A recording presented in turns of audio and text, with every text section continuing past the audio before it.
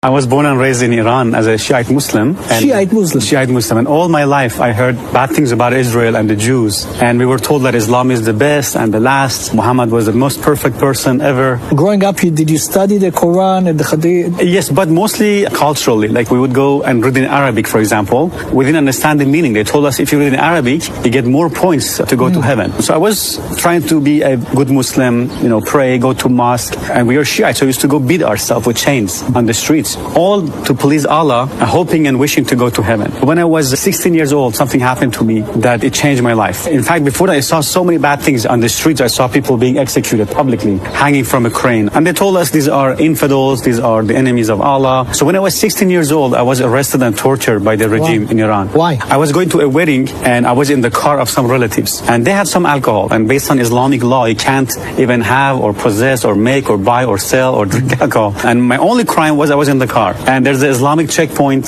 They pulled the car over and they began to smell the alcohol. They asked us to come out. They put us in a bus and they took us to a confinement, to a jail. And then they took all our clothes off, bare naked. And they start pouring cold water on us and whipping us with this big, thick electric cable. Then they threw us into a room, a small room, and we were choking, no food. And all that because you were sitting in a car? Sitting in the car. That somebody had alcohol in. Exactly. And I was 16. I didn't drink alcohol. I didn't do anything wrong. And I saw the cruelty of these people. I began to say, what kind of religion is this? What kind of justice is this? And my mother said, no, Islam is good. These people make it look bad. I said, okay. Then I began to do my own research. I began to read the Quran, the Hadith, and I saw, wow, so much evil in the Quran. Muhammad killed people. I saw Muhammad beheaded people, cut people's hand off. It says not to be friends with Jews and Christians, Surah 551. In Surah 929, Muhammad said, kill those who don't believe in Allah, His messenger, and in the religion of truth, which is supposedly Islam. Kill them unless they pay jizya, blood money. In Surah 928, he cursed the Jews and Christians. In Surah Muhammad verse 4, it says,